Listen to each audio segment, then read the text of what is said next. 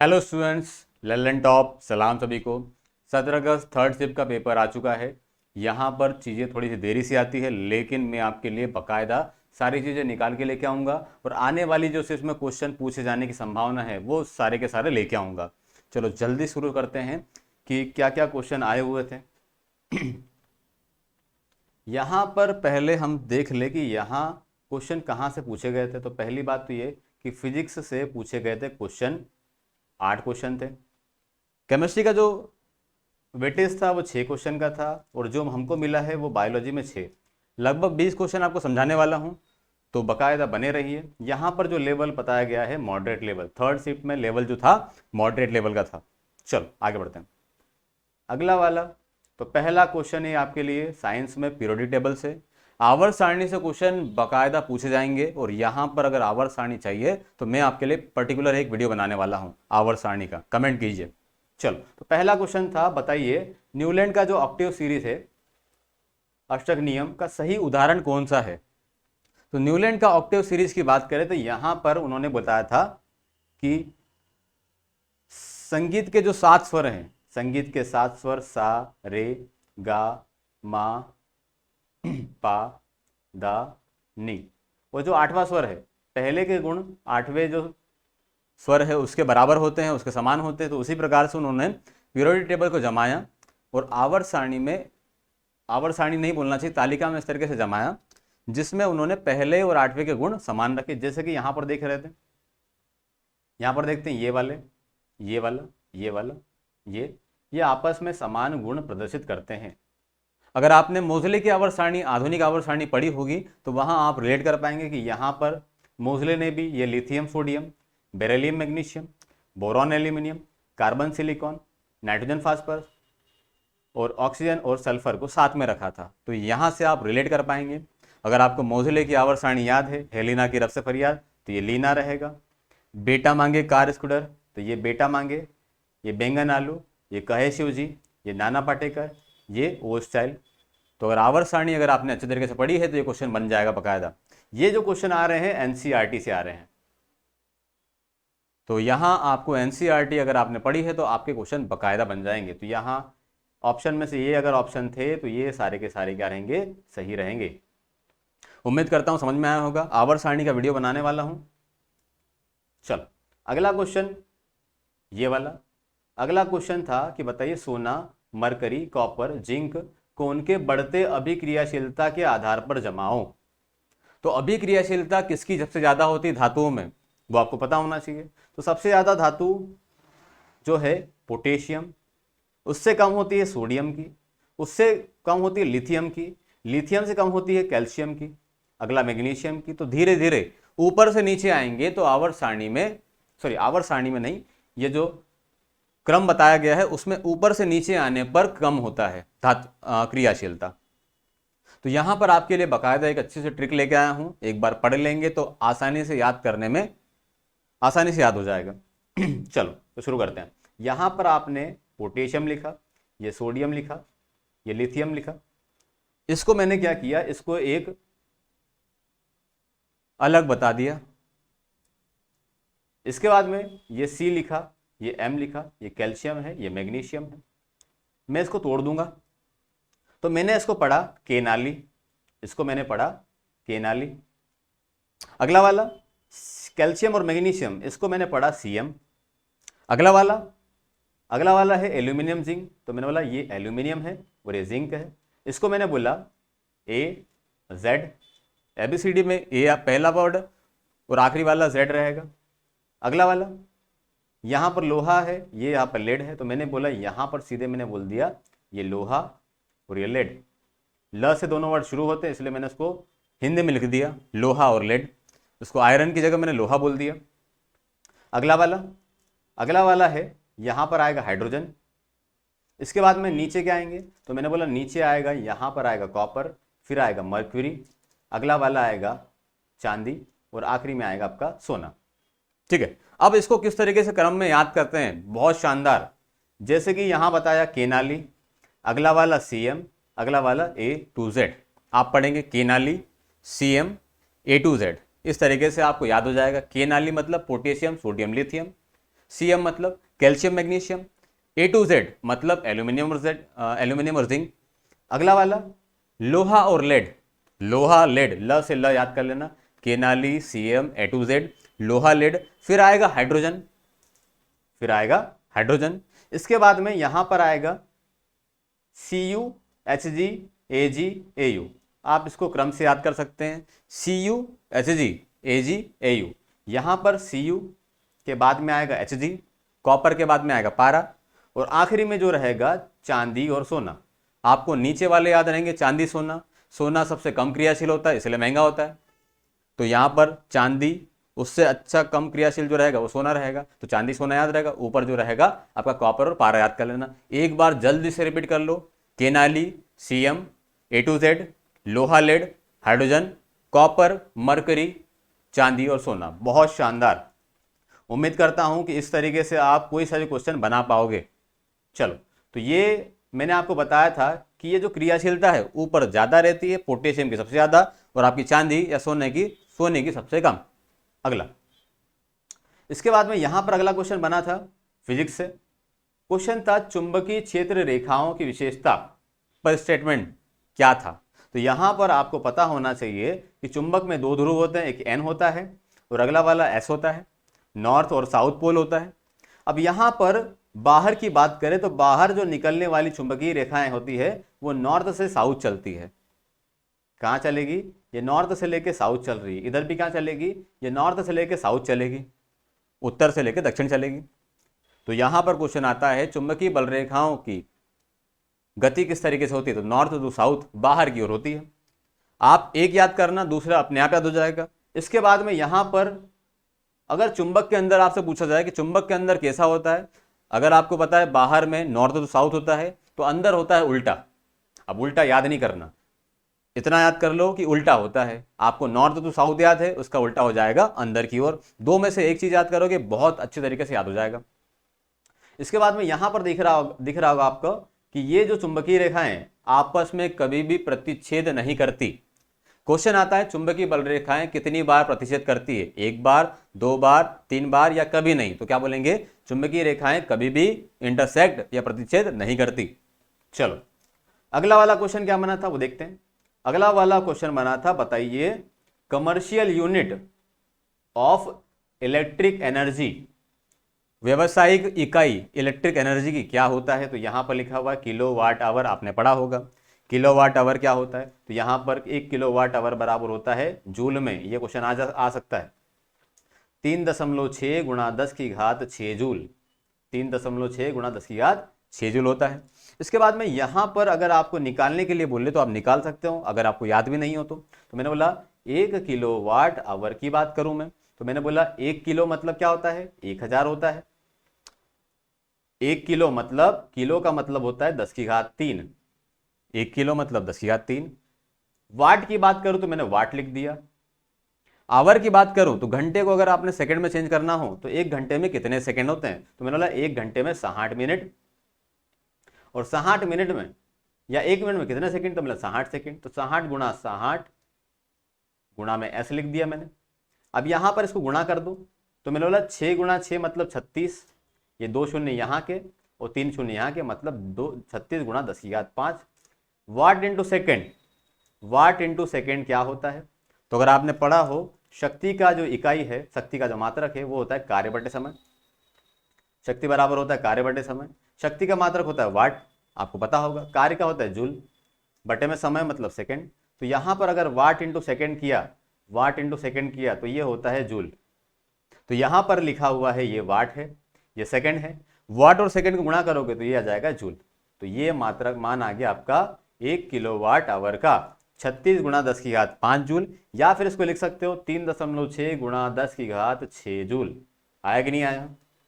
ठीक है, तो ये बहुत आसान है, याद भी कर सकते हो, और अगर आप भूल गए हो तो निकालना आपको आसान है। यहां हम लोगों ने पढ़ लिया कार्य का मात्रक होता है जूल, शक्ति का मात्रक होता है वाट, और अगर आपने शक्ति मतलब वाट और सेकंड को गुणा कर दिया तो हो जाएगा जूल। चलो, अब इसके बाद में यहां पर क्वेश्चन आता है, बताइए घर में आने वाली धारा कौन सी होती है?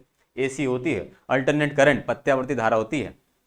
इसके बाद में अगला क्वेश्चन बनता है, भारत में या इंडिया में घर में आने वाली धारा की आवृत्ति फ्रीक्वेंसी कितनी होती है, इंग्लिश में बोलेंगे इसको फ्रीक्वेंसी कितनी होती है, तो यहाँ पे आता है 55 हर्ट्ज।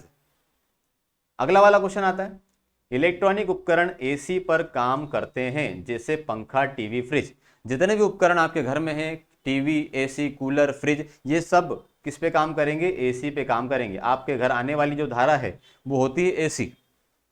इसके बाद में ये वाला जो है पॉइंट, मोबाइल चार्जर एसी को डीसी में कन्वर्ट करता है।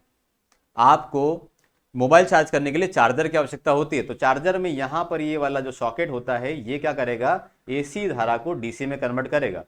क्योंकि डीसी धारा स्टोर कर सकते हैं इसलिए हम डीसी में चेंज करेंगे। यहां एक क्वेश्चन और बता दूं, एसी अल्टरनेट करंट को आप स्टोर नहीं कर सकते, प्रत्यावर्ती धारा को स्टोर नहीं कर सकते, इसीलिए इसको कन्वर्ट करोगे डीसी में। डीसी क्या करेगा, डीसी स्टोर हो सकता है। अल्टरनेट करंट का एक और फायदा है, अल्टरनेट करंट को आप एक स्थान से दूसरे स्थान तक बहुत अधिक दूरी तक ले जा सकते हैं। तो यहाँ पर ये पॉइंट आता है, अल्टरनेट करंट को एक स्थान से दूसरे स्थान तक आसानी से ले जा सकते हैं, लेकिन डीसी को आप एक स्थान से दूसरे स्थान तक ले नहीं जा सकते लंबे जगह तक। आपने देखा होगा कंपनी का अगर चार्जर होता है तो उसका जो पिन होता है वो छोटा होता है, कारण क्या है कि उसको डीसी को एक जगह से दूसरी जगह तक ले जाना थोड़ा सा मुश्किल है। एसी को आप ले जा सकते हो। डीसी को स्टोर करना आसान है, लेकिन डीसी को आप एक स्थान से दूसरे स्थान तक नहीं ले जा सकते। चलो, उम्मीद करता हूं समझ में आया होगा। अगला वाला क्वेश्चन आया था वही वाला आवर्त सारणी से। आवर्त सारणी से 1 से 2 क्वेश्चन जरूर बनने वाले हैं, ध्यान रखो। क्वेश्चन आया था 16वें ग्रुप में अधात्विक गुण किस में सर्वाधिक होते हैं। तो यहां आपको मैंने बताया था कि भाइयों अधात्विक गुण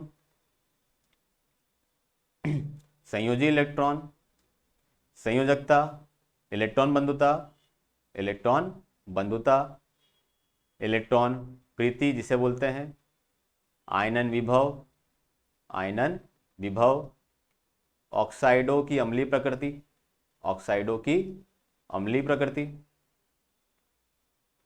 अम्लीय प्रकृति। इसके बाद में नीचे अगर जाएंगे तो और क्या आता है, यहां पर आता है अधात्विक गुण, संयोजी इलेक्ट्रॉन, संयोजकता, इलेक्ट्रॉन बंधुता, इलेक्ट्रॉन प्रीति, आयनन विभव, ऑक्साइडों की अम्लीय प्रकृति, और अगला वाला तत्वों का घनत्व, तत्वों का घनत्व। ये जितनी भी सारी चीजें मैंने आपको बताई है, ये सारी की सारी जो चीजें हैं ये आवर्त सारणी में बाएं से दाएं जाने पर बढ़ती हैं। याद कर लेना, जितना भी पॉइंट बताया बाएं से दाएं जाने पर बढ़ता है। अगर कोई चीज बाएं से दाएं जाने पर बढ़ रही है, लेफ्ट टू राइट जाने पर अगर कोई चीज बढ़ रही है, तो ऊपर से नीचे आने पर घटेगी। तो ये क्वेश्चन था आपका कि 16वें ग्रुप में सबसे ज्यादा अधात्विक गुण कैसा होता है। तो मैंने बोला अधात्विक गुण इधर से इधर जाएंगे तो क्या होगा, बढ़ेगा, और इधर से इधर नीचे आएंगे तो क्या होगा, घटेगा। घटेगा इसका मतलब यह है कि जो ऊपर वाला रहेगा उसका सबसे ज्यादा होगा, फिर कम होगा, फिर और कम होगा, फिर कम होगा, फिर कम हो जाएगा। तो घटते क्रम में है। तो यहां पर 16वां वर्ग ये वाला रहा। यहां पर ऑक्सीजन सबसे नंबर 1 पे है, तो सबसे ज्यादा किसका अधात्विक गुण रहेगा, ऑक्सीजन का अधात्विक गुण सबसे ज्यादा रहेगा। चलो, यहां से एक क्वेश्चन बन गया। आगे बढ़ते हैं। अगला वाला क्वेश्चन रहा आपके सामने, ये रहा, बताइए उत्तल दर्पण में यदि फोकस दूरी f बराबर 2m तथा वस्तु ध्रुव से u बराबर 3 मीटर दूर है तो प्रतिबिंब की दूरी क्या होगी। अगर आपको ये क्वेश्चन में दिक्कत आती है तो मेरा वीडियो बना हुआ है अवतल दर्पण, उत्तल दर्पण, लेंस, अवतल उत्तल दोनों, सारा एक बार उसको देख लीजिए, सारी कंफ्यूजन दूर हो जाएंगे। यहां पर पहली बात तो किसकी बात हुई है, उत्तल दर्पण की बात हुई है। उसके बाद में यहां पर f का मान कितना दिया है, फोकस दूरी दी है 2 दी है। वस्तु से ध्रुव की दूरी जिसको बोलते हैं u, ये दिया है 3। वस्तु से प्रतिबिंब की दूरी v, प्रतिबिंब की दूरी आपसे पूछा गया है। दर्पण है, दर्पण का फॉर्मूला होता है 1/f equals to 1/u plus 1/v, ये फॉर्मूला आपको पता होगा। इसके बाद में यहां पर आता है, बताइए u प्लस है, v प्लस है, u माइनस है, v माइनस है, क्या है। तो यहां पर हमेशा u लेंस हो या दर्पण हो सबके लिए होता है माइनस। अगला वाला यहां पर पूछा गया है वस्तु f की बात करें, फोकस दूरी उत्तल दर्पण के लिए क्या होती है, तो फोकस दूरी जो रहेगी उत्तल दर्पण के लिए रहेगी वो रहेगी पॉजिटिव, तो यहां पर f प्लस रहेगा।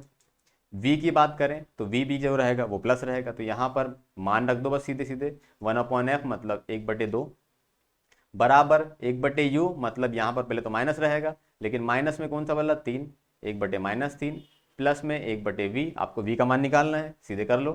तो 1/v इक्वल्स टू 1/2 प्लस 1/3, आप कर लेंगे यहाँ से, 2 और 3 का एलसीएम लिया मैंने, बोला 6 आया, ये 3 आ जाएगा, यहाँ पर आ जाएगा 2 आ जाएगा, तो ये आ जाएगा 5/6। ये किसका मान आया? 1/v का मान आया। v का मान निकालेंगे तो v का मान आ जाएगा 6/5।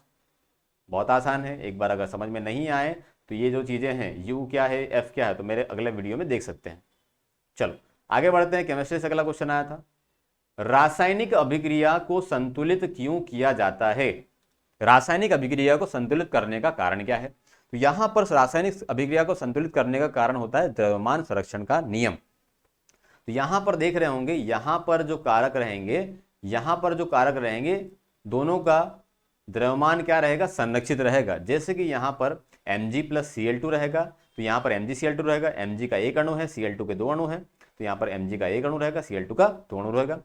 2 या 2 से अधिक अभिकारक मिलकर एकल उत्पाद का निर्माण करते हैं, संयोजन या संयुग्मी अभिक्रिया कहलाती है। तो यहाँ पर क्या हो रहा है कि डेफिनेशन बता दी संयोजन या एडिशन रिएक्शन की। तो यहाँ पर क्या होता है कि संयोजन अभिक्रिया में जो अभिकारक है और उत्पाद है दोनों का योग क्या रहेगा? बराबर रहेगा। ये मैं बताना चाह रहा हूँ द्रव्यमान संरक्षण के नियम पर, और इसीलिए रासायनिक अभिक्रिया को संतुलित किया जाता है।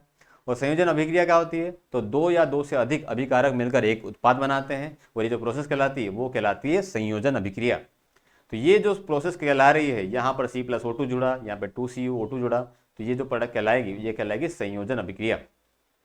आगे अभिक्रियाओं से क्वेश्चन पूछे जाएंगे बराबर, इसलिए मैं आपके लिए अलग अलग प्रोसेस लेके आया हूँ। पहला क्वेश्चन ये बनता है कि बताओ ऑक्सीकरण अभिक्रिया क्या है, अपचयन अभिक्रिया क्या है। तो यहाँ पर पॉइंट टू पॉइंट दिया है, अगर वीडियो चाहिए तो कमेंट करो, मैं पर्टिकुलर आपको समझाऊंगा। पॉइंट दिया है, ऑक्सीकरण में क्या होता है? ऑक्सीजन जुड़ता है, हाइड्रोजन निकलता है, ऑक्सीजन का जुड़ना ऑक्सीकरण कहलाता है। एक पॉइंट याद कर लेना, हाइड्रोजन जुड़ रहा है, सॉरी ऑक्सीजन जुड़ रहा है तो जो हाइड्रोजन रहेगा वो क्या होगा? निष्कासन हो जाएगा। तो ऑक्सीजन का जुड़ना, हाइड्रोजन का निकलना आपका ऑक्सीकरण होता है। धन विद्युत तत्व का निष्कासन, धन का क्या हो जाएगा? निष्कासन हो जाएगा, और ऋण विद्युत का क्या हो जाएगा? योग हो जाएगा। धन का ऋण हो जाएगा, ऋण का धन, मतलब धन निष्कासित होगा और ऋण वाला क्या होगा? ऋण ऐड होगा। तो ये प्रोसेस कहलाती है आपकी ऑक्सीकरण अभिक्रिया। ऑक्सीकरण का जस्ट उल्टा हो जाता है आपका अपचयन। ऑक्सीजन का जुड़ना था, अभी ऑक्सीजन का निकलना हो जाएगा। हाइड्रोजन का निकलना था, हाइड्रोजन का जुड़ना हो जाएगा। प्लस का माइनस था, माइनस का प्लस था, इसका उल्टा हो जाएगा। तो सिंपल होता है ऑक्सीकरण अभिक्रिया, और ये वाला रहेगा अपचयन अभिक्रिया। इसके बाद में आता है, बताइए प्रकाशिक अपघटन या प्रकाशीय वियोजन क्या है? तो ऐसी अभिक्रिया जिसमें अभिकारकों को सूर्य के प्रकाश में रखने पर यह उत्पाद में टूट जाते हैं, प्रकाश वियोजन कहलाता है। तो मतलब अगर आपने सिल्वर ब्रोमाइड को अगर प्रकाश में रखा तो यहाँ पर सिल्वर अलग हो जाएगा, ब्रोमाइड अलग हो जाएगा। ये जो प्रोसेस कहलाती है ये सूर्य के प्रकाश में होती है, इसीलिए इसको बोला गया है प्रकाशीय अपघटन विधि। ये जो समीकरण है, इक्वेशन है, इसको याद कर लेना, सिल्वर ब्रोमाइड, सिल्वर अलग हो गया, ब्रोमाइड अलग हो गया। आगे बढ़ते हैं, तो 3 प्रोसेस और हैं। इसके बाद में अगला ऊष्माक्षेपी, नाम से समझ में आता है ऐसी अभिक्रिया जिसके दौरान ऊष्मा का क्या होगा? निष्कासन होगा, क्या कहलाएगा? ऊष्माक्षेपी। ऐसी अभिक्रिया जिसमें ऊष्मा का अवशोषण होगा, क्या कहलाएगा? ऊष्माशोषी। फॉर्मल इक्वेशन देख लो, C+O2 CO2 ऊष्मा निकली, 2HBr, H2 अलग हो गया, Br अलग हो गया, ऊष्माशोषी, ऊष्मा अवशोषित हुआ। फास्ट रिएक्शन, नाम से समझ में आता है ऐसी अभिक्रिया जो कुछ ही सेकंड में हो जाती है, क्या कहलाएगा? फास्ट अभिक्रिया। इसमें क्या होता है? सोडियम हाइड्रोक्साइड हाइड्रोक्लोरिक अम्ल बनाएगा तो NaCl बनाएगा, H2O बनाएगा। आप इसको इस तरीके से रिलेट कर पाओगे कि यहां पर एक है क्षार, सोडियम हाइड्रोक्साइड, ये क्षार है, HCl ये अम्ल है। अम्ल और क्षार दोनों क्रिया करते हैं तो लवण बनाते हैं, NaCl बन जाएगा, इसको बोलते हैं लवण, सॉल्ट बनेगा, और साथ में जल बनेगा। साथ में क्या बनेगा? जल बनेगा। तो लवण और क्षार क्या बनाते हैं? ये क्वेश्चन भी पूछा जा सकता है, तो क्या बोलेंगे? लवण और क्षार दोनों बना के, सॉरी अम्ल और क्षार क्या बनाते हैं, तो अम्ल और क्षार लवण बनाते हैं, साथ में जल बनाएंगे। और ये कैसी अभिक्रिया है, ये फास्ट रिएक्शन है। क्या रहेगा, फास्ट रिएक्शन। आगे बढ़ते हैं। विस्थापन अभिक्रिया क्या होता है, डिस्प्लेसमेंट रिएक्शन। तो मैंने अभी बताया था अभिक्रियाशीलता पोटेशियम, सोडियम, लिथियम इस तरीके से नीचे कम होती है। तो यहां बताया गया है ऐसी अभिक्रिया जिनमें अधिक अभिक्रियाशील तत्व कम क्रियाशील तत्व का स्थान ले लेता है। अधिक अभिक्रियाशील तत्व कम अभिक्रियाशील तत्व का स्थान ले लेता है। मतलब अगर क्रियाशीलता किसी तत्व की ज्यादा है तो उसका स्थान वो किसी और का स्थान ले लेगा। जैसे कि यहां पर दिखा हुआ है 2HCl + 2K, यहां पर एक हाइड्रोजन है, यहां पर ये पोटेशियम है। तो बताओ पोटेशियम और हाइड्रोजन में किसकी अभिक्रियाशीलता ज्यादा है। तो मैंने बोला सबसे ऊपर पोटेशियम ही रहता है, तो सबसे ज्यादा क्रियाशीलता किसकी रहेगी, पोटेशियम की रहेगी। तो मैंने बोला अधिक अभिक्रियाशील तत्व कम अभिक्रियाशील तत्व का स्थान ले लेगा, तो ये बन जाएगा 2KCl बन जाएगा, और हाइड्रोजन जो रहेगा वो अलग निकल आएगा। तो ये प्रोसेस जो कहलाएगी वो कहलाएगी डिस्प्लेसमेंट। डन। मंद अभिक्रिया स्लो रिएक्शन, तो सीधी सीधी सी बात है। तो ऐसी अभिक्रिया जिसको संपन्न होने में कई वर्ष लग जाते हैं, तो क्या कहलाएगा वो मंद अभिक्रिया स्लो रिएक्शन। इसका उदाहरण है लोहे में जंग लगना। लोहे में जंग लगना का रिएक्शन पूछा जाता है, बताओ रिएक्शन क्या होता है। तो यहां पर लोहा, साथ में ऑक्सीजन रहेगा, साथ में पानी रहेगा। तो आपको पूछा जाएगा कि बताओ लोहा किससे क्रिया करता है।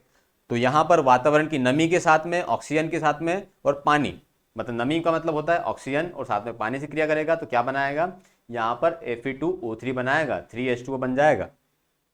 तो ये हो जाएगा आपका हेमेटाइट रहेगा, Fe2O3 और 3H2O बन जाएगा। तो ये होता है मंद अभिक्रिया, जिसका उदाहरण है लोहे पर जंग लगना। इसे बोलते क्या है, ये एक प्रकार की रासायनिक अभिक्रिया है, रासायनिक अभिक्रिया है। डन। अगला वाला स्लाइड देखते हैं। अगले स्लाइड में केमिस्ट्री से क्वेश्चन पूछा गया था, धातु नाइट्रेट सफेद अवक्षेप देता है किसके साथ। तो यहां पर पूछा गया था सिल्वर नाइट्रेट किसके साथ में सफेद अवक्षेप देता है। तो ये रहेगा पोटेशियम ब्रोमाइड के साथ में सफेद अवक्षेप देता है। Silver nitrate AgNO3 potassium bromide के साथ में क्रिया करी तो क्या बन गया, सिल्वर ब्रोमाइड बन गया, साथ में ये बन गया पोटेशियम नाइट्रेट। तो ये होता है सफेद अवक्षेप सिल्वर ब्रोमाइड का। यहां पर बात करते हैं पोटेशियम नाइट्रेट। क्वेश्चन आता है, बताओ पोटेशियम नाइट्रेट पोना, इसका नाम क्या है। तो इसका नाम रहेगा lunar caustic. Lunar caustic question आएगा इसके ऊपर से। एक होता है सोना, एक होता है पोना, एक होता है सीना। आपके लिए बढ़िया ट्रिक लाया हूं मैं, सोना पोना सीना। सोना मतलब सोडियम नाइट्रेट, पोना मतलब पोटेशियम नाइट्रेट, सीना मतलब सिल्वर नाइट्रेट। ये आपका सोडियम नाइट्रेट, इसको NaNO3 बोलेंगे। पोना मतलब पोटेशियम नाइट्रेट, सीना मतलब सिल्वर नाइट्रेट।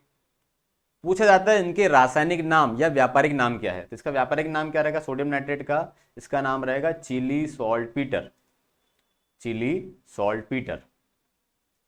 पोना पोटेशियम नाइट्रेट का क्या रहेगा, इसका नाम रहेगा शोरा या फिर नाइटर।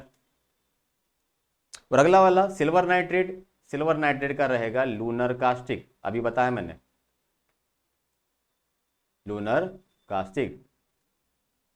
पोना शोरा या नाइटर, सॉरी यहाँ पे लूनर कास्टिक बता दिया, यहाँ पर रहेगा आपका शोरा या नाइटर। ठीक है, शोरा या नाइटर। चलो, सोना पोना सीना, sodium nitrate potassium nitrate silver nitrate, sodium nitrate chile saltpetre, potassium nitrate शोरा या नाइटर, और silver nitrate lunar caustic. Lunar caustic मतदान के समय उंगली पर जो निशान लगता है मतदान के समय, वो किसका होता है, वो होता है लूनर कास्टिक का।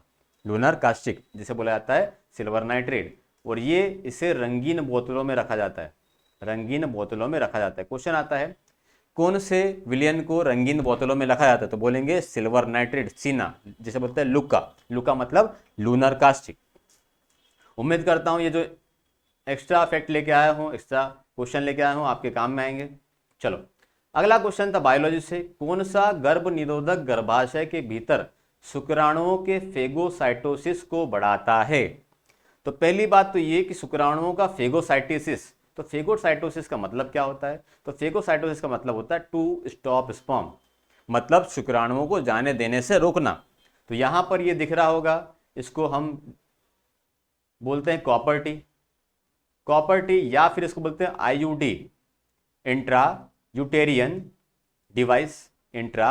डिवाइस, आईयूडी बोलते हैं। और इसे का काम होता है फेगोसाइटोसिस को बढ़ाना, मतलब शुक्राणुओं को जाने से रोकना। देख लेते हैं। एक अंतर्गर्भाशयी उपकरण आईयूडी, जिसे अंतर्गर्भाशयी गर्भ निरोधन उपकरण या कुंडल के रूप में जाना जाता है, एक छोटा अक्सर टी आकार का जन्म नियंत्रण उपकरण होता है, जिसे गर्भावस्था को रोकने के लिए गर्भाशय में डाला जाता है। तो ये वाला आंसर हो गया डन। आईयूडी बोलेंगे, इंट्रा यूटेरिन डिवाइस, ये करेगा फेगोसाइटोसिस, मतलब टू स्टॉप स्पर्म। आगे बढ़ते हैं। आगे अगला वाला क्वेश्चन था, ये रहा फिजिक्स में। फ्लेमिंग का नियम बताया था मैंने आपको, दोनों नियम पूछे जाएंगे बराबर। बाएं हाथ का नियम ये वाला, ये रहेगा बल, अंगूठे में बल होता है, सामना चुंबकीय क्षेत्र की दिशा, और ये रहेगा धारा। अब यहां पर पूछा गया सीधे हाथ का, तो सीधे हाथ में इस तरीके से रहेगा, ये आपका रहेगा धारा रहेगा, और ये रहेगा चुंबकीय बल रेखाएं। तो यहां पर देखो फ्लेमिंग के सीधे हाथ का नियम में क्या बताएगा, तो मैंने बोला ये वाला धारा रहेगा, ये रहेगा चुंबकीय बल रेखाएं, तो यहां पर रहेगा धारा। तो यहां पर क्या आंसर आया, प्रेरित चुंबकीय धारा की दिशा। और यहां पर फ्लेमिंग के बाएं हाथ का नियम का उपयोग बल की दिशा के लिए, तो ये क्या कहलाएगा, बल, और ये रहेगा धारा। अब बल की दिशा का यूज किस में होता है, तो यहां पर होता है इलेक्ट्रिक मोटर में। किस में रहेगा, इलेक्ट्रिक मोटर। और ये वाला जो रहेगा, ये वाला अंगूठा जो रहेगा, ये रहेगा विद्युत जनरेटर। आप लोग याद करना कि आप ये वाले अंगूठे से विद्युत मोटर चलाओगे, और इससे जो चलाओगे इलेक्ट्रिक मोटर चलाओगे, इससे जो चलाओगे विद्युत जनरेटर। रिलेट करना पड़ेगा, मोटर विद्युत जनरेटर। अगला वाला क्वेश्चन आपके लिए ये रहा, ब्लीचिंग पाउडर क्या होता है, तो भैया इसका फॉर्मूला होता है CaOCl2, कैल्शियम हाइपोक्लोराइड, यहाँ पे लिखा होगा कैल्शियम हाइपोक्लोराइड, ये नाम पूछा जाएगा। इसके बाद में इसका काम क्या होता है, तो मैंने बोला ब्लीचिंग पाउडर सफाई के काम में आता है, पानी को शुद्ध करने के लिए, और मतलब एक प्रकार का स्ट्रॉन्ग ऑक्सीडाइजिंग एजेंट, ऑक्सीकारक पदार्थ होता है। तो यहाँ पर फॉर क्लीनिंग रहेगा, ऑक्सीडाइजिंग एजेंट है, और ये करेगा फॉर वाटर प्यूरिफाई। इसका फॉर्मूला CaOCl2, कैल्शियम हाइपोक्लोराइड। एक काम और रहा, सूती कपड़ों के लिए विरंजक के रूप में, विरंजक मतलब रंग के रूप में। चलो आगे बढ़ते हैं। अगला क्वेश्चन रहा, ये रहा बायोलॉजी से, नेफ्रॉन में कौन से पदार्थ पुनः अवशोषण, या फिर इसको बोलते हैं पुनरावशोषण, इंग्लिश में बोलते हैं इसको रीअब्जॉर्प्शन। क्या बोलेंगे, रीअब्जॉर्प्शन। किसका नेफ्रॉन रीअब्जॉर्प्शन करता है, तो यहां पर रहेगा ग्लूकोज, अमीनो अम्ल, सोडियम क्लोराइड, अन्य आवश्यक लवण। मूत्र निर्माण के दूसरे चरण यानी ट्यूब्स पर पुनः अवशोषण होता है। आप लोग यहां समझ लो नेफ्रॉन क्या होता है, तो नेफ्रॉन होता है किडनी की इकाई। किडनी की इकाई क्या होता है, नेफ्रॉन होता है। किडनी का वजन कितना होता है, 140 ग्राम होता है। किडनी के ऊपर जो झिल्ली होती है, ये क्या होती है, इसको बोलते हैं पेरिटोनियम झिल्ली। तो ये काम की चीजें, पेरिटोनियम झिल्ली रहेगा। चलो, तो मैं आपको बता रहा था कि नेफ्रॉन के अंदर किस तरीके से रचना होती है। तो नेफ्रॉन के अंदर इस तरीके की रचना होती है, यहाँ से नलियाँ निकलती है, बारीक बारीक नलियाँ निकलेगी। यहाँ पर इस तरीके से नली का आकार छोटा हो जाएगा, और ये नलिकाओं के रूप में रहेगा, और यहाँ पर ये बड़ी सी कलेक्टिंग डक्ट में जाके जुड़ जाएगा। आया कि नहीं आया। ये वाला जो प्रोसेस होता है, ये वाला जो चीज़ होता है, ये प्याली नुमा रचना, इसे बोलते हैं बोमेन कैप्सूल। क्या बोलेंगे, बोमेन कैप्सूल। क्वेश्चन आता है बोमेन संपूर्ण कैप्सूल किसका भाग है, तो नेफ्रॉन का भाग है, या फिर बोल सकते हैं किडनी का भाग है। बोमेन संपुट के अंदर या बोमेन कैप्सूल के अंदर ये होता है केशिका गुच्छ रहेगा। इसे इंग्लिश में बोलते हैं ग्लूमेरुलस बोलते हैं, ग्लूमेरुलस। ये जो केशिका गुच्छ है, ये जो बोमेन कैप्सूल है, इसका काम होता है ब्लड का फिल्ट्रेशन। तो पहला चरण करेगा फिल्ट्रेशन, और दूसरा जो चरण करेगा पुनरावशोषण। यहां पर फिल्ट्रेशन होगा, और ये जो नलिका दिख रही है आपके सामने, ये रहा नलिका, यहां पर होगा पुनरावशोषण। पूरा जो फिल्टर किया हुआ पदार्थ है, ब्लड है, उसमें क्या हो जाएगा, यहाँ पर ब्लड तो प्यूरिफाई हो गया, इसके बाद में यहाँ पर जो भी पोषक तत्व बचे हुए हैं तो वो यहाँ पर कोशिकाओं मतलब सेल्स के द्वारा अवशोषित कर लिए जाएंगे। उसमें क्या क्या रहेगा, ग्लूकोज, अमीनो एसिड, NaCl, अन्य आवश्यक पदार्थ रहेगा, और बाकी जो मूत्र रहेगा, जो वेस्ट मटेरियल है, वो क्या हो जाएगा, यहाँ से यहाँ पर रहेगा ब्लेडर रहेगा, मूत्राशय रहेगा, यहाँ ये किडनी का भाग रहेगा, ये किडनी से यहाँ से मूत्रवाहिनी से ब्लेडर में आएगा, ब्लेडर से हम इसका निष्कासन कर देंगे। चलो आगे बढ़ते हैं। इसके साथ में आपके लिए ये डायग्राम लेके आया हूँ। इसमें यहाँ पर ये बोमेन कैप्सूल रहेगा, ये आपका ये अलग अलग नलिकाएं रहेगी, ये पुनरावशोषण करेगा और ये करेगा आपका फिल्ट्रेशन करेगा। तो यहाँ पर किसका इसका हो रहा है फिल्ट्रेशन, पुनरावशोषण, ग्लूकोज का, अमीनो एसिड का, प्रोटीन का, विटामिन का, लैक्टेज का, यूरिया का, यूरिक एसिड का। तो उम्मीद करता हूँ ये चीज़ आपके समझ में आया होगा। चल तो यहाँ पर देख लिया हम लोगों ने ये वाला कि भैया नेफ्रॉन किसकी इकाई है, तो मतलब किडनी की इकाई है, और नेफ्रॉन क्या करेगा, इन चीज़ों का अवशोषण करेगा। डन। आगे बायोलॉजी से एक क्वेश्चन और आया है, देख लेते हैं। क्वेश्चन आया था which process takes place in a guard cell. तो यहां पर जो गार्ड सेल है, रक्षक कोशिकाएं जो हैं वो क्या करती है, तो रक्षक कोशिकाएं का जो प्रोसेस होता है इसको बोलते हैं ऑस्मोसिस प्रोसेस। रक्षक कोशिकाएं क्या करेगी, आपके नहीं मतलब वृक्षों में जो रंध्र होते हैं वहां पर ये जो पोर होते हैं, ये पोर जो बोलते हैं इसको रंध्र या पोर बोलते हैं इसको, जिससे बोलते हैं स्टोमेटा, इसको बोलते हैं स्टोमेटा। क्वेश्चन ये भी आया था कि ऑक्सीजन पौधे किसके माध्यम से ग्रहण करते हैं, तो पत्तियों में जो स्टोमेटा होता है, रंध्र होता है, उससे ऑक्सीजन ग्रहण करते हैं। तो जो स्टोमेटा होता है वो क्या करेंगे, यहाँ पर ये रंध्र खुल जाएंगे, यहाँ पर ये रंध्र बंद हो गया। तो गार्ड सेल का काम होता है स्टोमेटा को ओपनिंग और स्टोमेटा का क्लोजिंग, मतलब रंध्र को खोलना, रंध्र को बंद करना। और ये जो प्रोसेस कहलाती है इसको बोलते हैं ऑस्मोसिस प्रोसेस। तो रंध्रों को खोलकर बंद करके वाष्पोत्सर्जन की दर को नियंत्रित करना किसका काम रहेगा, ये रहेगा रक्षक कोशिकाओं या फिर गार्ड सेल का काम रहेगा।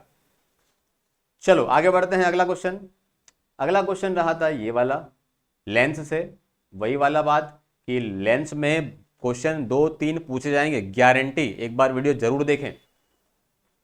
क्वेश्चन यहां पर आया उत्तल लेंस के बारे में गलत कथन कौन सा है, तो आपको यह पता था कि मैंने जब पढ़ा था अवतल दर्पण और साथ में उत्तल लेंस, अवतल दर्पण उत्तल लेंस दोनों आपके काम के हैं।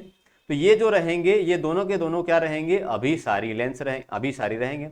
अभिसारी का मतलब ये है कि यहाँ पर जो प्रकाश किरण आएगी वो क्या करेगा, एक बिंदु पर क्या करेगा, वो उसको केंद्रित करेगी। तो ये होता है अभिसारी। इसको इंग्लिश में बोलते हैं कन्वर्जेंट।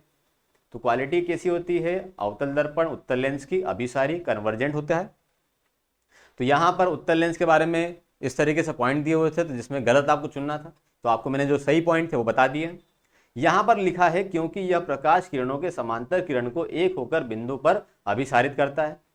उत्तल लेंस का उपयोग, अब यहाँ पर उत्तल लेंस का उपयोग आपने पढ़ा होगा दूरदर्शी दोष और निकटदर्शी दोष।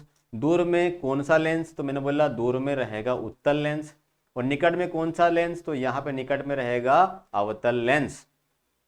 इसको याद करने का बहुत शानदार तरीका, दूर छोटा वर्ड है, निकट बड़ा वर्ड है, उत्तल छोटा वर्ड है, अवतल बड़ा वर्ड है। सीधे सीधे याद कर लो भैया, छोटा वर्ड बड़ा वर्ड। दूरदर्शी दोष में उत्तल लेंस, निकटदर्शी दोष में अवतल लेंस। आपको यह भी बताया था मैंने, उत्तल को बोलते हैं कॉन्वेक्स और अवतल को बोलेंगे कॉनकेव। बड़ा वर्ड, ये भी बड़ा वर्ड, ये इंग्लिश में छोटा वर्ड, ये भी छोटा वर्ड। उत्तल कॉन्वेक्स, अवतल कॉनकेव। दूरदर्शी दोष में उत्तल लेंस, निकट में अवतल लेंस। उम्मीद करता हूं समझ में आ गया होगा। आगे बढ़ें।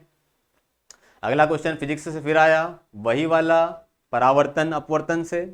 तो यहां पर बोला गया है अगर किरण दर्पण के अभिलंबवत प्राप्त होती है, ये दर्पण है आपका, ये किरण है, ये अभिलंब है।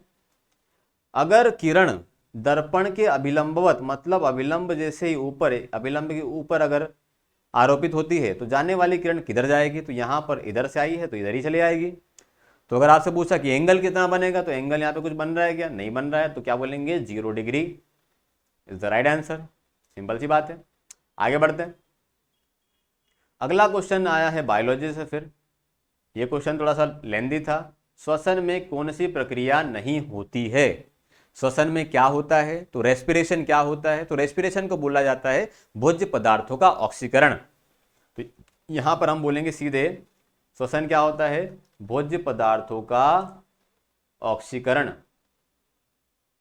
यहां पर C6H12O6 आप ग्रहण करते हो, ऑक्सीजन लेते हो, तो ये बनाएगा CO2 प्लस बनाएगा H2O, साथ में बनाएगा 673 किलो कैलोरी एनर्जी बनाएगा। तो ये ऑक्सीजन का जुड़ना क्या कहलाता है? ऑक्सीकरण कहलाता है। ऑक्सीजन का जुड़ना क्या कहलाएगा? ऑक्सीकरण। तो भोज्य पदार्थों का ऑक्सीकरण जो कहलाएगा आपका श्वसन कहलाता है। तो माइटोकॉन्ड्रिया के अंदर श्वसन होता है हमारे शरीर में, तो ये वाला पॉइंट श्वसन वाला सही हो गया। माइटोकॉन्ड्रिया श्वसन दोनों रिलेट करते हैं। ग्लूकोज का डीकम्पोज, तो यही वही तो है कि C6H12O6 ये क्या है? ग्लूकोज है। ग्लूकोज का डीकम्पोज हो रहा है, तो ये भी क्या है? एक प्रकार का श्वसन का उदाहरण है, ये भी सही है। यहां पर है पायरुवेट फॉर्मेशन।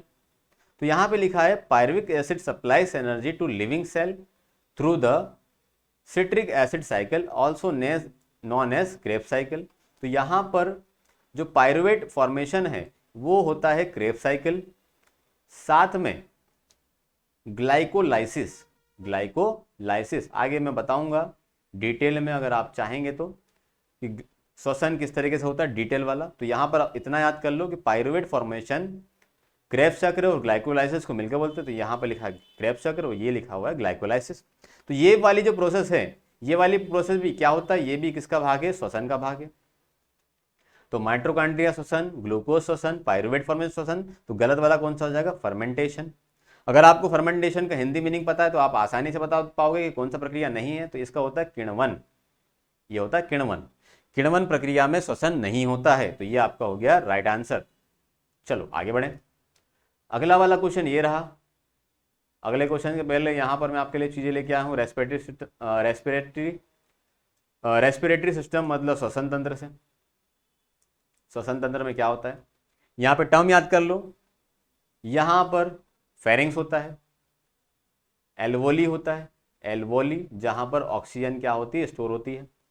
ये जो स्थान है जहां पर ऑक्सीजन का स्टोर होता है वो कहलाता है एल्वोली कहलाता है। इसके बाद में यहां पर अगर देखा जाए तो ये लेरिंग्स हो जाएगा, ट्रेकिया हो जाएगा, ब्रोंकाई हो जाएगा, ब्रोंकाइस, bronchus, left lung, right lung, diaphragm. ये किसके भाग रहेंगे? ये भाग होते हैं श्वसन तंत्र के। आगे बढ़े। अगला क्वेश्चन था न्यूमेरिकल। न्यूमेरिकल था कि प्रतिरोध R बराबर होता है प्रतिरोध, रेजिस्टेंस। इंग्लिश में क्या बोलेंगे इसको? रेजिस्टेंस। प्रतिरोध जो होता है लंबाई के समानुपाती और एरिया, क्रॉस सेक्शनल एरिया के क्या रहेगा? व्युत्क्रमानुपाती होता है R। तो यहां पर ये रो रहेगा इस तरीके से। क्वेश्चन में ये पूछा जाएगा कि बताइए किसी चालक का लंबाई दुगुना किया जाए, आधा किया जाए, 1/3 किया जाए, क्षेत्रफल डबल किया जाए, आधा किया जाए, तो क्या प्रभाव पड़ेगा प्रतिरोध पर। तो अगर मैंने क्वेश्चन दे दिया आपको, लंबाई अगर मैंने आपको 2 गुना कर दी, एरिया अगर आपने 3 गुना कर दिया, सॉरी 3 गुना कर दिया, इसमें भी 3 गुना कर दिया, तो क्या इफेक्ट पड़ेगा प्रतिरोध पर। तो सीधे सीधे फॉर्मूला लगाओ कि R बराबर होता है L/A। L बराबर आपने क्या कर दिया? 3 गुना कर दिया भैया, 3 गुना कर दिया मैंने इसको। A आपने क्या किया? 3 गुना कर दिया। A को भी आपने कितना किया? 3 गुना कर दिया। ये से कट गया, तो जो आपका प्रतिरोध है वो क्या हुआ? चेंज नहीं हुआ। तो इस तरीके से कुछ भी क्वेश्चन आ जाएगा। अगर मैंने बोल दिया कि L को अगर आपको आधा कर दिया, एरिया अगर आपने 2 गुना कर दिया, तो क्या प्रभाव पड़ेगा देख लेते हैं। L को अगर आपने आधा किया, A को आपने क्या किया? 2 गुना किया, तो ये यही रहेगा। तो ये हो जाएगा L/A बटे में 1/4। मतलब कितना हो गया? ये 1/4 गुना हो गया। उम्मीद करता हूँ एग्जाम्पल समझ में आया होगा। ऐसे क्वेश्चन आते हैं। अगला क्वेश्चन आया था समुद्र पानी का रंग ब्लू नीला किस प्रकार की घटना के कारण दिखाई देता है। तो ये जो आंसर रहेगा प्रकीर्णन। क्या रहेगा? प्रकीर्णन, जिसको बोलते हैं स्कैटरिंग। तो यहां पर खतरे में लाल रंग का उपयोग किसका उदाहरण है? उगता हुआ सूरज, डूबता हुआ सूरज किसका उदाहरण है? ये क्वेश्चन आएंगे। तो यहां पर सीधे सीधे आपको याद करना है कि जो समुद्र पानी का रंग नीला दिखाई देता है तो कारण क्या रहेगा? ये रहेगा स्कैटरिंग या फिर बोलते हैं प्रकीर्णन। इसके बाद में खतरे में लाल रंग का यूज होता है। आपने पढ़ा होगा लाल रंग की तरंग धैर्य, लाल रंग की तरंग धैर्य सबसे क्या होती है? अधिक होती है। वो रंग जो है विचलित नहीं होता, उसका विचलन नहीं होता, अपवर्तनांक सबसे कम होता है। क्या बोलेंगे? तरंग धैर्य ज्यादा, विचलन या फिर अपवर्तनांक की बात करें तो दोनों के दोनों क्या होते हैं? कम होते हैं। मतलब अगर रेड कलर दिख रहा होगा आपको इस तरीके से तो आपको दूर से दिख जाएगा, तो इसका विचलन क्या होता है? कम होता है। तरंग धैर्य बहुत लंबी समय तक, मतलब लंबी दूरी तक जाती है, इसीलिए खतरे में हम लाल कलर का यूज करते हैं ताकि वो आसानी से आपको दिख जाए। उगता हुआ सूरज या डूबता हुआ सूरज लाल दिखाई देता है। तो उगता सूरज की बात करें या डूबता सूरज की बात करें तो ये जो स्थिति होती है, ये स्थिति होती है पृथ्वी से सबसे ज्यादा दूर जब सूर्य रहता है, उगते समय और डूबते समय। तो यहां पर दूरी ज्यादा होने के कारण कौन सा रंग आपकी आंखों तक पहुंच पाएगा? तो मैंने बोला यहां पर केवल और केवल रेड कलर जो है वो आपकी आंखों तक पहुंच पाएगा। तो क्या बोलेंगे? उगते समय या डूबते समय कलर लाल क्यों दिखाई देता है? तो यहां पर रहेगा लाल रंग का तरंग धैर्य क्या रहता है? सबसे ज्यादा होता है। अगला वाला क्वेश्चन, आसमान और पानी का रंग ब्लू या क्या होता है? नीला दिखता है। टिंडल प्रभाव आपने पढ़ा होगा स्कूल में।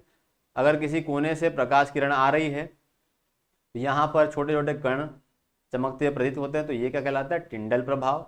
और क्वेश्चन आता है टिंडल प्रभाव किस पर आधारित है? तो ये भी रहेगा प्रकीर्णन से संबंधित है। उम्मीद करता हूं समझ में आया होगा। आगे बढ़ते हैं। ये क्वेश्चन रहा आपके लिए, कौन सी कोशिकाएं अपना आकार बदल सकती है? आकार कौन सी बदलती है? तो भैया मैंने बोला आरबीसी जो है, रेड ब्लड सेल होती है, जिसको बोलते हैं ल्यूकोसाइट। ल्यूकोसाइट ये क्या होता है? अपना आकार बदल सकती है। यकृत, लीवर नहीं बदल सकती, मस्तिष्क, ब्रेन नहीं बदल सकता। WBC white blood cell, sorry sorry sorry गलत हो गया, एक बार फिर से। यहां पर मैं बताऊंगा यकृत, मस्तिष्क, आरबीसी, डब्ल्यूबीसी। तो मैंने बोला डब्ल्यूबीसी जिसको बोलते हैं ल्यूकोसाइट, ल्यूकोसाइट आरबीसी को बोलते हैं। तो यहाँ डब्ल्यूबीसी को बोलते हैं। डब्ल्यूबीसी अपना आकार बदल सकती है। लीवर, मस्तिष्क, आरबीसी, रेड ब्लड सेल, ये जो होता है इसको बोलते हैं आप इरिथ्रोसाइट। इरिथ्रोसाइट ये अपना आकार नहीं बदल सकती, केवल और केवल डब्ल्यूबीसी बदलती है। डब्ल्यूबीसी को और क्या बोलते हैं? इसको बोलते हैं वीर सिपाही। इसको क्या बोलेंगे? वीर सिपाही। इसकी संख्या कितनी होती है? तो इतनी इसकी संख्या होती है 8 से 10,000 प्रति घन mm। इसमें केंद्रक होता है, इसमें क्या रहेगा? केंद्रक होता है। इसके बाद में आरबीसी में केंद्रक नहीं होता, प्लेटलेट में केंद्रक नहीं होता। आगे हम ब्लड के भाग पढ़ेंगे। इसके अलावा डब्ल्यूबीसी मानव शरीर में श्वेत रक्त कोशिकाएं आकार बदल सकती हैं। यह उन्हें संक्रमित क्षेत्रों तक पहुंचने के लिए कोशिकाओं के बीच में जाने में मदद करती है। तो क्या करेगा? आरबीसी अपना आकार बदल देगा, अपना रूप बदल देगा, भेष बदल देगा। इसके कारण क्या रहेगा? वो आसानी से पहुंच सकता है कहां पर? जहां पर संक्रमण एरिया है। तो उम्मीद करता हूं ये समझ में आ गया होगा। आरबीसी, वीर सिपाही। चलो, तो ये हो गए 17 अगस्त थर्ड शिफ्ट में जितने भी साइंस क्वेश्चन पूछे गए थे वो सारे क्लियर कर दिए मैंने आपको। टेलीग्राम पर इसका पीडीएफ मिल जाएगा आपको। अगर आपको वीडियो अच्छा लगा तो लाइक करिए, सब्सक्राइब करिए और अपने मित्रों में इसको शेयर करिए।